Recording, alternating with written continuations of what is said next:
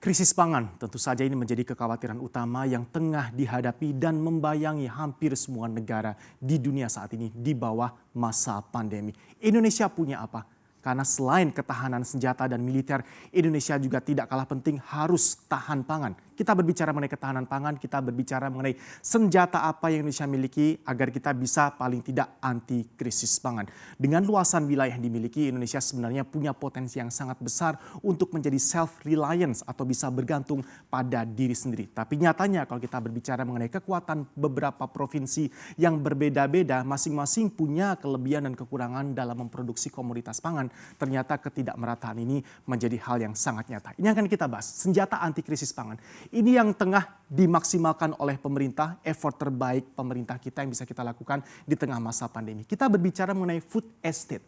Apa itu food estate? Food estate secara konsep ini adalah konsep pengembangan pangan yang dilakukan secara terintegrasi. Jadi satu, ini ada pertanian, kemudian perkebunan, bahkan sampai ke peternakan.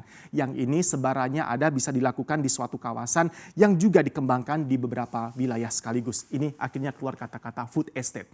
Skema atau rancangan food estate atau dalam bahasa Indonesia lumbung pangan ini sebenarnya sudah ada dari zaman presiden-presiden sebelumnya. Tetapi kali ini kita akan bahas lagi untuk masa pemerintahan Jokowi apa food estate yang akan segera direalisasikan.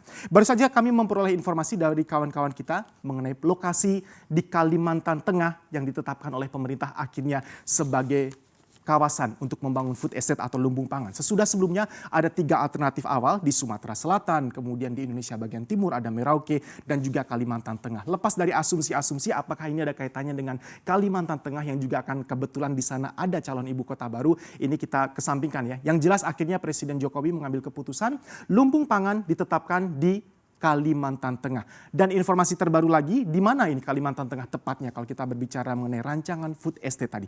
Kabupaten Pulang Pisau dan juga Kabupaten Kapuas. Sekali lagi, Kabupaten Pulang Pisau dan juga Kabupaten Kapuas. Kita lihat seperti apa sih gambaran profil dari food estate atau lumbung pangan di Kalimantan Tengah.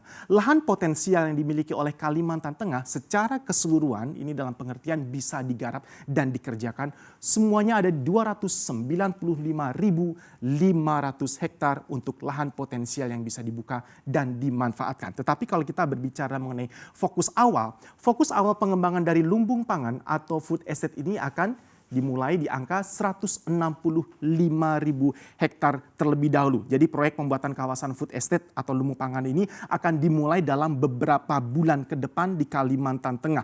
Ini proyek yang digagas akhir-akhir ini untuk Kalimantan Tengah untuk mengantisipasi adanya krisis pangan. Dari angka 165.000 hektar ini adalah lahan atau wilayah yang sebelumnya pernah dibuka untuk kawasan persawahan namun ternyata di kemudian hari tidak terawat dengan baik sehingga akhirnya dimanfaatkan kembali. Sudah ada di sana jaringan irigasi, kemudian ada petaninya, kemudian ada sistem pendukung produksi pertanian sehingga sekarang akan dihidupkan kembali, revitalisasi dan ini menjadi fokus awal di sebanyak 165.000 hektar untuk luasannya. Ini salah satu bagian juga. Kalau kita lihat program dari food estate atau lumbung pangan, ini adalah salah satu bagian dari program strategis nasional atau PSN di 2020 hingga 2024. Kita breakdown lagi ya, 165.000 hektar untuk fokus awal pengembangan lumbung pangan ini.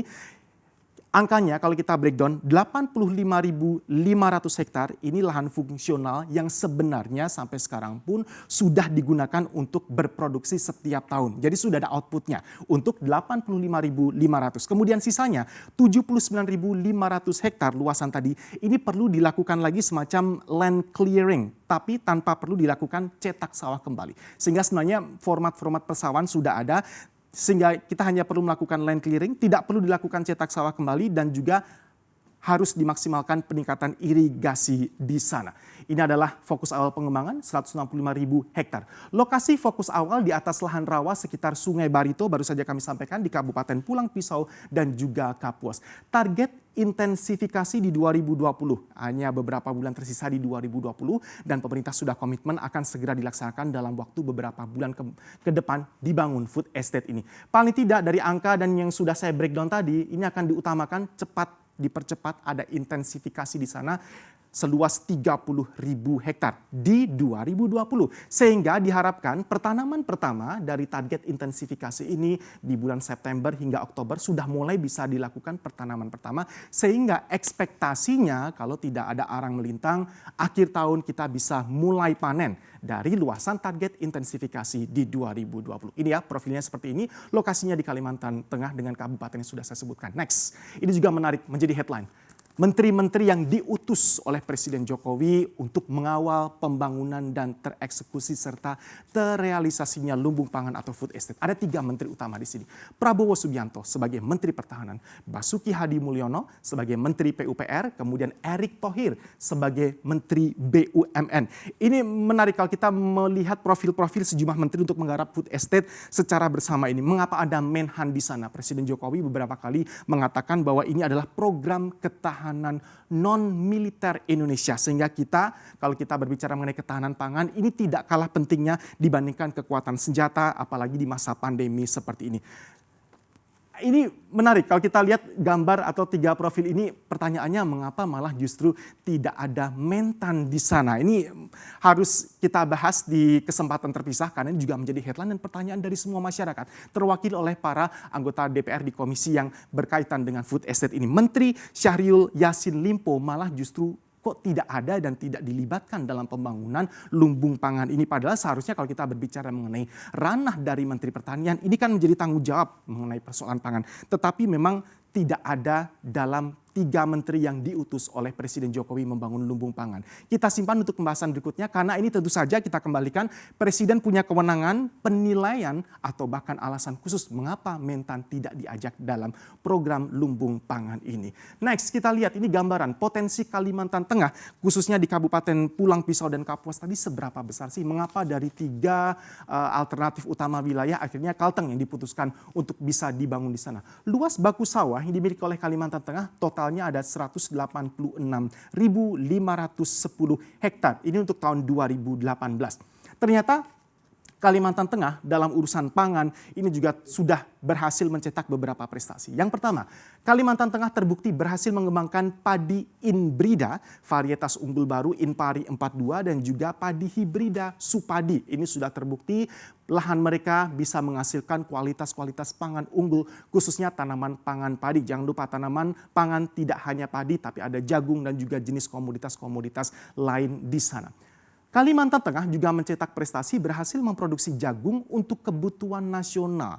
Angkanya sekitar 71.000 sampai dengan 118.000 ton pipilan kering dan ternyata ini cukup untuk menciptakan ketahanan pangan secara nasional dari komoditas pangan berupa jagung. Ini potensi Kalimantan Tengah dan masih banyak lagi catatan-catatan prestasi di sana. Tapi 3 utama ini menjadi perhitungan mengapa akhirnya Kalimantan Tengah dipilih sebagai lumbung pangan atau food estate. Next kita lihat seberapa jauh sih sebenarnya gap atau ketimpangan kalau kita berbicara mengenai kemampuan masing-masing provinsi dalam menghasilkan komoditas pangan sehingga bisa mencukupi daerahnya sendiri. Beberapa provinsi sangat beruntung mereka bahkan bisa surplus produksi pangan. Sementara provinsi lain masih harus berjuang keras karena beberapa komoditas pangan memang tidak tepat untuk mereka bisa tumbuh kembangkan mengingat wilayah dan juga perbedaan iklim serta kualitas tanah. Kita awali dari 5 provinsi, 5 besar provinsi dengan skor indeks ketahanan pangan atau IKP yang terbaik ini sepanjang tahun 2019. Kita awali dari yang tertinggi. Ternyata Provinsi Bali ini terbukti sebagai provinsi paling makmur se-Indonesia. Provinsi yang bisa self-reliance atau bisa mempergantungkan ke diri sendiri terkait dengan ketahanan dan keamanan pangan mereka. Diawali dari Bali, diskor 85,15. Berikutnya ada Daerah Istimewa Yogyakarta. Jogja ternyata juga terbukti menjadi runner-up pemenang kedua provinsi paling makmur se-Indonesia. Provinsi DKI Yogyakarta mempunyai skor indeks ketahanan pangan 83,63. Next, ada Sulawesi Utara. Sulawesi Utara ada di angka 81,44. Kemudian diikuti dengan Jawa Tengah di 78,85. Sulawesi Selatan di 78,69. 5 besar provinsi termakmur dan aman secara pangan di Indonesia. Dari 5 provinsi dengan skor indeks ketahanan pangan yang terbaik, kita beralih kita punya gambaran mana yang harus diratakan dan apakah konsep food estate atau lumbung pangan ini bisa mempercepat pemerataan ketahanan pangan di semua provinsi. Kita ambilkan yang terbawah ini 5 provinsi dengan skor indeks sayangnya ketahanan pangan terendah. Mana yang paling rendah? Sayangnya saudara-saudara kita di Indonesia bagian timur masih belum bisa merasakan apa itu indeks ketahanan pangan yang baik dan bagaimana mereka bisa mengamankan ketahanan pangan untuk provinsi mereka sendiri. Diawali dari Provinsi Papua, 25,13 ini terendah se-Indonesia. Diikuti posisi runner up terendah kedua adalah Papua Barat dengan 30,12. Jadi dua Papua ini, Provinsi Papua dan Papua Barat masih dianggap yang belum begitu aman atau secure secara ketahanan pangan. Next kita lihat ini ada NTT. NTT menempati posisi ketiga dengan 50,69 untuk skornya. Kemudian ada Maluku di 52,35. Yang terakhir adalah Kalimantan Barat di 55,17. Kita semua berharap dengan potensi yang dimiliki oleh Kalimantan Tengah dan dengan usaha terbaik yang dilakukan oleh pemerintah kita saat ini, kita bisa bebas krisis pangan karena pandemi ini benar-benar membayangi semua lini usaha, bisnis, dan aspek ekonomi. Semoga food estate atau lumbung pangan ini benar-benar bisa memberikan manfaat yang besar bagi bangsa kita.